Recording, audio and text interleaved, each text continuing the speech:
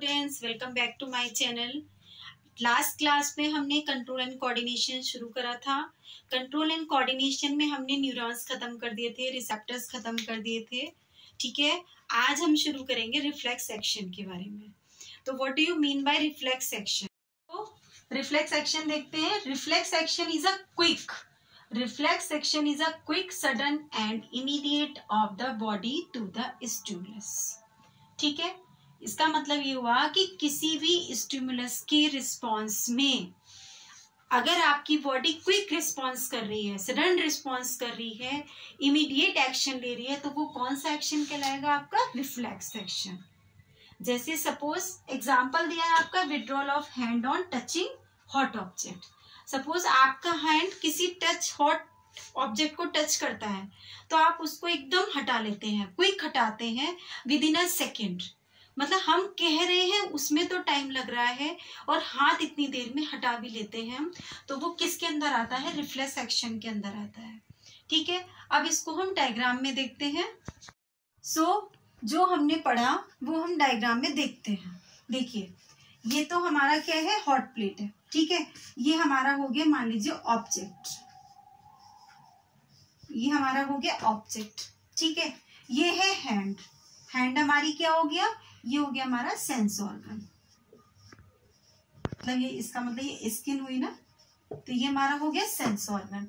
ठीक है, अब आप देखिए, मान लीजिए सपोज हैंड ने क्या करा? हॉट प्लेट को टच किया, हॉट प्लेट ने हमारे टच किया। अब जब हैंड टच कर रहा है तो ये है स्किन, सेंस ऑर्गन। जब इसने इसको टच किया तो यहाँ पर कौन से रिसेप्टर्स लगे हैं? स्किन में कौन से रिसेप्टर्स होते हैं? स्किन में रिसेप्टर्स होते हैं थर्मो। स्किन में है हमारे थर्मो रिसेप्टर्स। ये मैसेज कहाँ जाएगा? सेंसरी न्यूरॉन के थ्रू जाएगा, स्पाइनल कॉर्ड में जाएगा कि इसने हॉट ऑब्जेक्ट को टच किया। ये मैसेज कहाँ जाएगा? सेंसरी न्यूरॉन में। सेंसरी न्यूरॉन का वर्क क्या होता है? ये sense organ to spinal cord तक इसका मैसेज ये लेके जाएगा। हमारा मैसेज लेके जाएगी कि हैंड ने हॉट प्लेट को टच करा।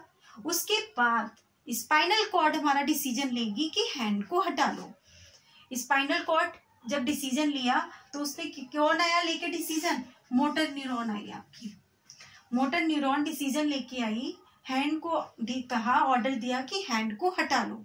ठीक है, और लेकिन मोटर न्यूरॉन का वर्क क्या होता है? मोटर न्यूरॉन का वर्क होता है spinal cord to sense organ तक किसी मैसेज को लाना। जो मैसेज किसने दिया आपको? डिसीजन किसने दिया? स्पाइनल कॉर्ड ने दिया। ये यहाँ तक लेके आया, मैसेज लाया मोटर न्यूरॉन कि हैंड को हटा लो, और उसने हॉट प्लेट से हैंड को हटा लिया।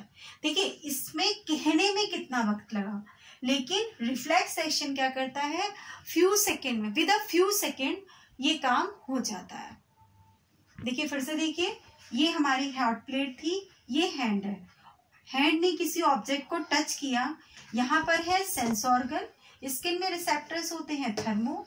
इसने मैसेज दिया स्पाइनल कॉर्ड को, सेंसरी न्यूरॉन लेके गए कि हमने हैंड को टच कर लिया, हॉट प्लेट को टच करा है।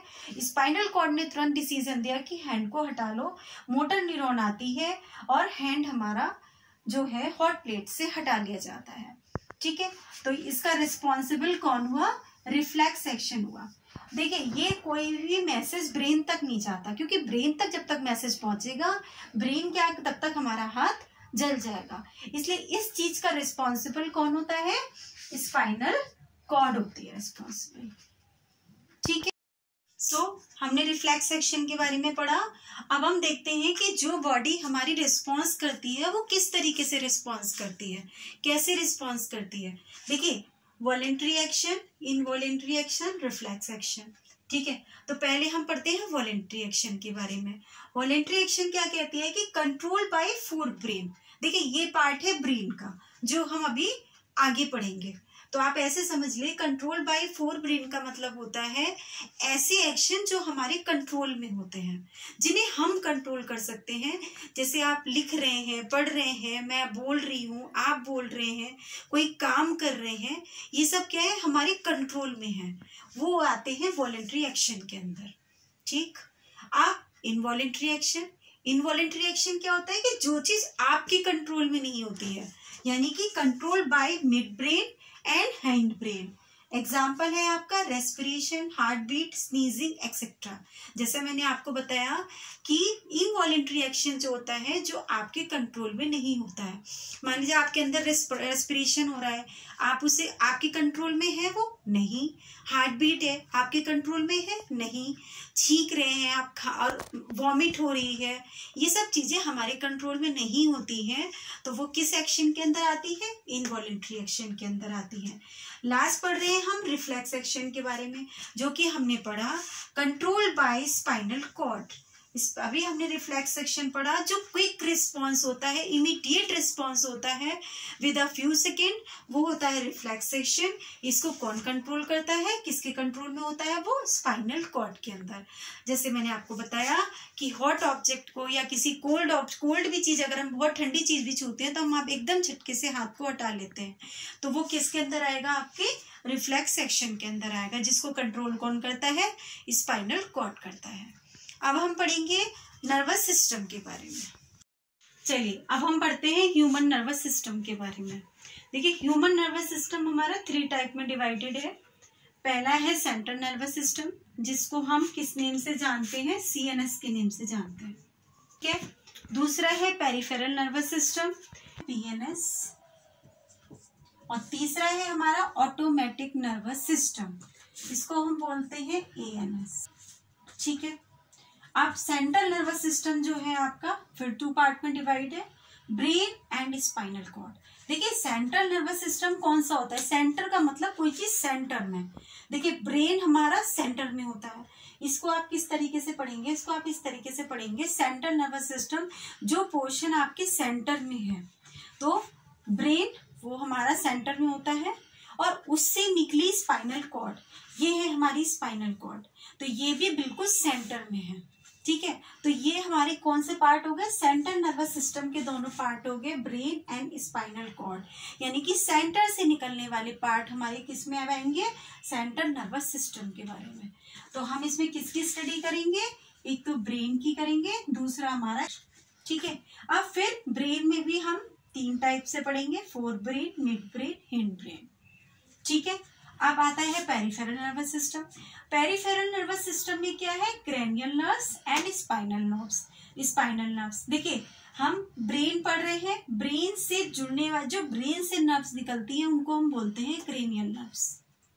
अब spinal nerves means spinal cord से जो नर्व निकल रही है, that is called spinal nerves.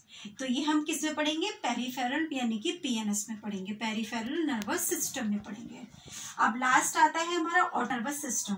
Automatic nervous system में ये 2 टाइप से है, parasympathetic nervous system and sympathetic nervous system.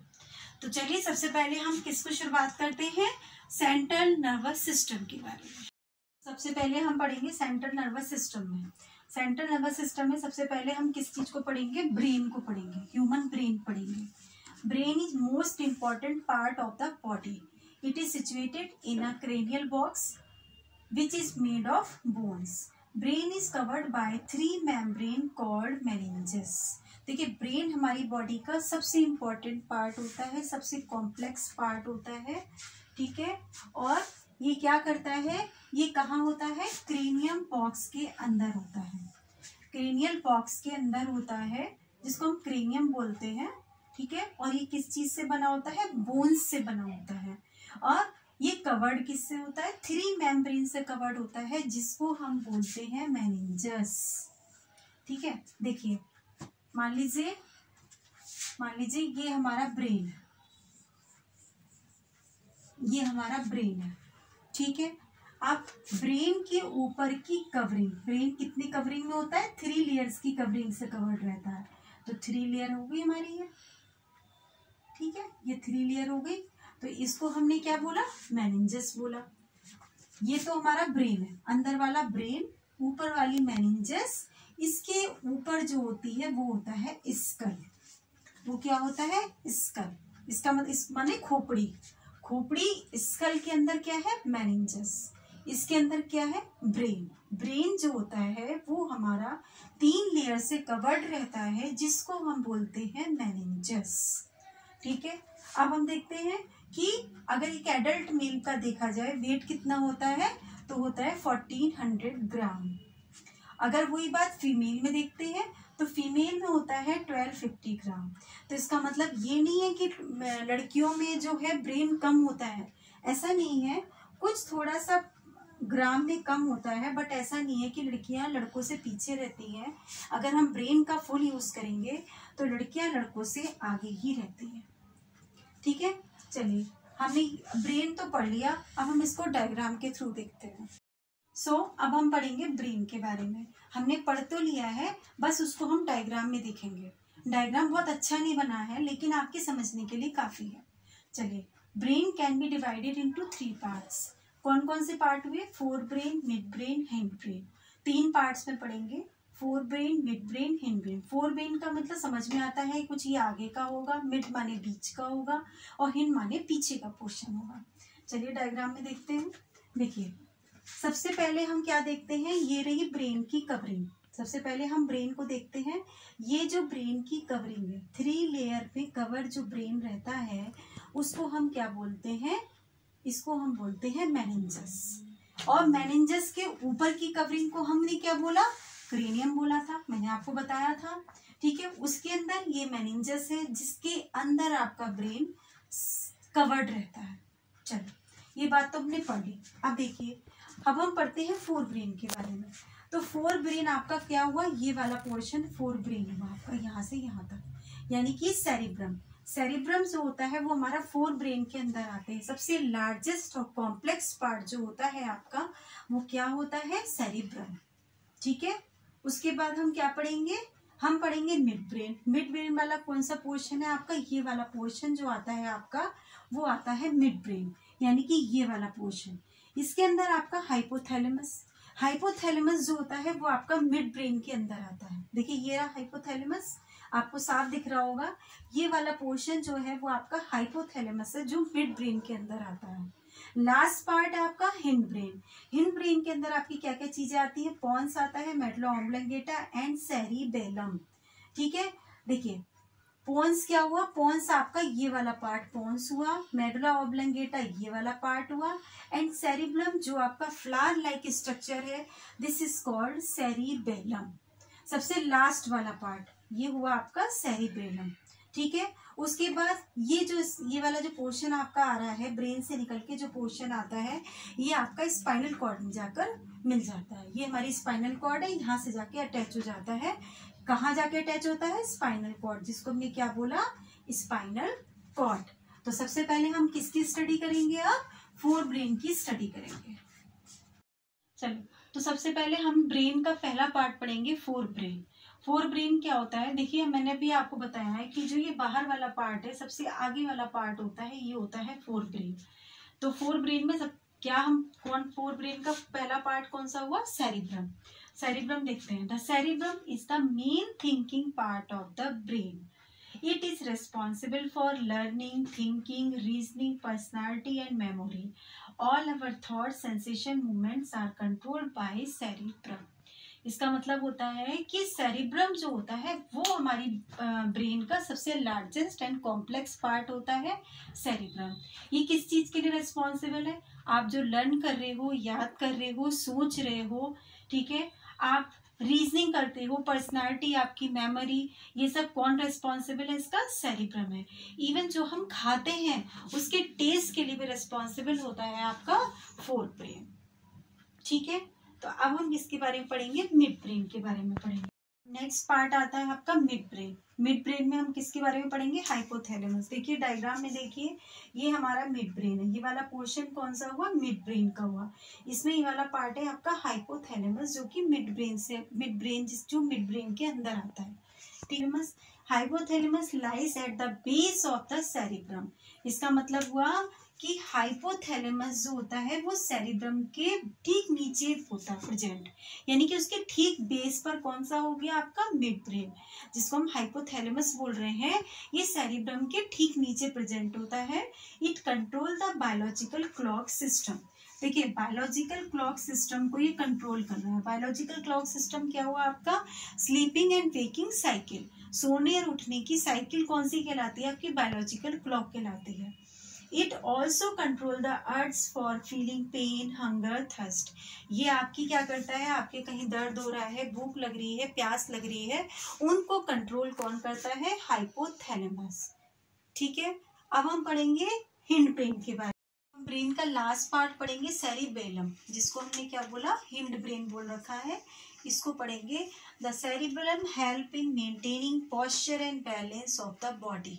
देखिए हिंड ब्रेन कौन सा वाला पोर्शन है, यहाँ से यहाँ वाला पोर्शन आपका हिंड ब्रेन है।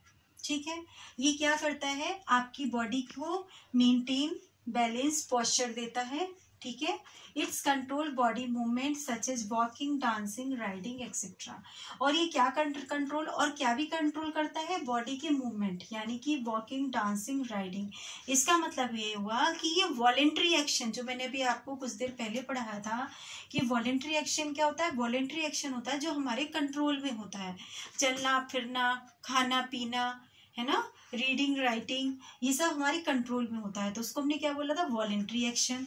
तो इसका मतलब हुआ उसको कंट्रोल कौन कर रहा है, सेरिबेलम कंट्रोल कर रहा है, यानी कि हिंड ब्रेन कंट्रोल कर रहा है। ठीक है, अब हम क्या पढ़ेंगे, हिंड ब्रेन के पार्ट पढ़ेंगे, pons, medulla oblongata and spinal cord.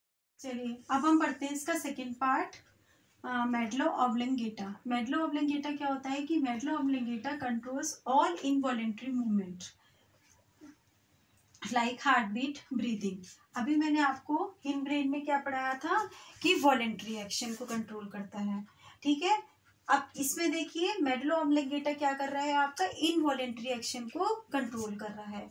जैसे आपकी हार्ट बीट है, ब्रीदिंग है आपकी, ये आपकी कंट्रोल में नहीं होती है, तो उसको कंट्रोल कौन करता है, आपका मेडुला ऑब्लिंगेटा। थर्ड पार्ट में पढ़िए पॉन्स। पॉन्स क्या होता है, the pons takes part in regulating respiration. ये रेस्पिरेशन को कंट्रोल करता है। कौन, पॉन्स। किसका पार्ट है ये, हमारा हिंड ब्रेन का पार्ट है। ठीक है, तो हिंड ब्रेन में हमने तीनों पार्ट पढ़ लिए। कौन कौन से पढ़े, पहला पार्ट पढ़ा हमने cerebellum, pons and medulla oblongata. System का लास्ट पार्ट पढ़ते हैं, spinal cord. It's control the reflex action and conduct messages between different parts of the body and brain. Spinal cord किसे कंट्रोल कर रही है, रिफ्लेक्स एक्शन। जो मैंने भी आपको बताया था, रिफ्लेक्स एक्शन क्या करता है, वो आपके बॉडी के डिफरेंट पार्ट्स जो होते हैं उनसे मैसेज को स्पाइनल कॉर्ड तक ले जाता है, और जो इम्पल्सेस होती हैं उनको कंडक्ट, जो होती है उनकी इम्पल्सेस, जो इम्पल्स कंडक्ट होती है, उस मैसेज को लेके वो कहाँ पहुंचाता है, स्पाइनल कॉर्ड तक पहुंचाता है। तो मीन्स इस रिफ्लेक्स एक्शन को कंट्रोल कौन कर रहा है, आपकी स्पाइनल कॉर्ड कंडक्ट कर रही है। ठीक है, तो आपका यहाँ पर सेंट्रल नर्वस सिस्टम खत्म होता है। अब हम पढ़ेंगे पेरिफेरल नर्वस सिस्टम के बारे में। हम पढ़ते हैं पेरिफेरल नर्वस सिस्टम के बारे में। देखिए पेरिफेरल नर्वस सिस्टम में मैंने आपको बताया था दो टाइप की नर्व सिस्टम पढ़ेंगे, क्रेनियल नर्व्स, स्पाइनल नर्व्स। देखिए क्रेनियल नर्व्स क्या होती है, क्रेनियल नर्व्स वो नर्व्स होती हैं जो हमारे हेड रीजन से निकलती है, जो हमारे ब्रेन से निकलती हैं, उन नर्व्स को हम कहते हैं क्रेनियल नर्व्स। आइए पढ़ते हैं, the cranial nerves come out of the brain. देखिए ध्यान दीजिए, the cranial nerves come out of the brain and go to the organs in head region. इसका मतलब ऐसी नर्व्स जो क्रेनियल नर्व्स यानी कि ब्रेन से जो निकल रही हैं और हेड रीजन में यानी कि निकल के जो हेड रीजन में निकलती हैं, उनको हम बोलते हैं, क्या कहते हैं, क्रेनियल नर्व्स। और क्रेनियल नर्व्स की जो पेयर्स कितने होते हैं, 12 पेयर्स में होती है। ब्रेन से निकलने वाली नर्व्स क्रेनियल नर्व्स, और कहाँ जाती हैं ये, हेड रीजन में। ठीक है, अब ऐसी स्पाइनल नर्व्स पढ़ते हैं कि स्पाइनल नर्व्स जो होती हैं वो स्पाइनल कॉर्ड से निकलती हैं और 31 पेयर में होती हैं। पढ़ते हैं, the spinal nerves come out of the spinal cord, spinal cord से निकलती हैं, go to the organs which are below the head region. देखिए क्रेनियल नर्व्स हेड रीजन में जा रही हैं और स्पाइनल नर्व्स हेड रीजन के नीचे वाले पोर्शन में जो आती हैं उनको हम बोलते हैं स्पाइनल नर्व्स। ठीक है, और ये हमारी कितनी होती है, 31 पेयर में होती है। ठीक है, अब हम पढ़ते हैं ऑटोमेटिक नर्वस सिस्टम, जो कि आपका लास्ट टॉपिक है। अब हम पढ़ते हैं लास्ट टॉपिक है हमारा automatic nervous system. Automatic nervous system 2 type से पढ़ेंगे, parasympathetic nervous system, sympathetic nervous system. देखिए पैरासिम्पैथिक नर्वस सिस्टम होता है, क्या होता है, inhibits the body from overworking and restore the body to a calm and composed state. इसका मतलब आपकी बॉडी में जो भी फर्क हो रहा है, ये इसका मतलब वह नॉर्मल इफेक्ट है। ये आपका क्या है, नॉर्मल इफेक्ट है। ठीक है, और सिंपैथिक नर्वस सिस्टम क्या होता है, सिंपैथिक नर्वस सिस्टम होता है फाइट, फियर एंड फ्लाइट। इसका मतलब होता है फाइट, कोई डर के मारे या किसी से लड़ाई या डर, या फ्लाइट या आप उड़ने लगो आप खुशी के मारे। तो इसका मतलब इसका मतलब क्या हुआ, इसमें हुआ एक्साइटेड परफॉर्मेंस, कोई आपकी एक्साइटेड वाली परफॉर्मेंस है। चलिए सबसे पहले नॉर्मल इफेक्ट इसमें देखते हैं पैरासिम्पैथिक में। पैरासिम्पैथिक में सपोज आप एक एग्जांपल लीजिए, मीन्स कोई लिजर्ड है, वो दीवार पर बैठी हुई है, ठीक है, आप उसको देख रहे हैं बट वो दीवार पर है, तो वो क्या हुआ आपके लिए, नॉर्मल सी बात हो गई, ये कि नॉर्मल इफेक्ट है। ठीक है, और वही सपोज आप पर गिर जाए या आप सड़क पे चल रहे हो, एक अगर आपके पास से डॉगी गुजर जाता है, तो वो क्या होगा आपके लिए, नॉर्मल इफेक्ट किस में आएगा, पैरासिम्पैथिक नर्वस सिस्टम में आएगा। और वही डॉगी आपके पीछे पड़ जाए तो वो किस में आएगा, सिंपैथिक नर्वस सिस्टम में। तो वहां कौन सी आएगी, फियर आएगा आपका। कौन सी चीज आएगी आपकी, कौन सी परफॉर्मेंस होगी उस समय, आप फियर की परफॉर्मेंस होगी आपके लिए। जैसे आपका रिजल्ट आता है, आपने अच्छे स्कोर लिए हैं, है ना, अच्छे स्कोर किए हैं आपने, तो वो खुशी हो गई, वो कौन सी परफॉर्मेंस हो गई आपकी, एक्साइटेड परफॉर्मेंस हो गई। ये हमारा आता है सिंपैथिक नर्वस सिस्टम में।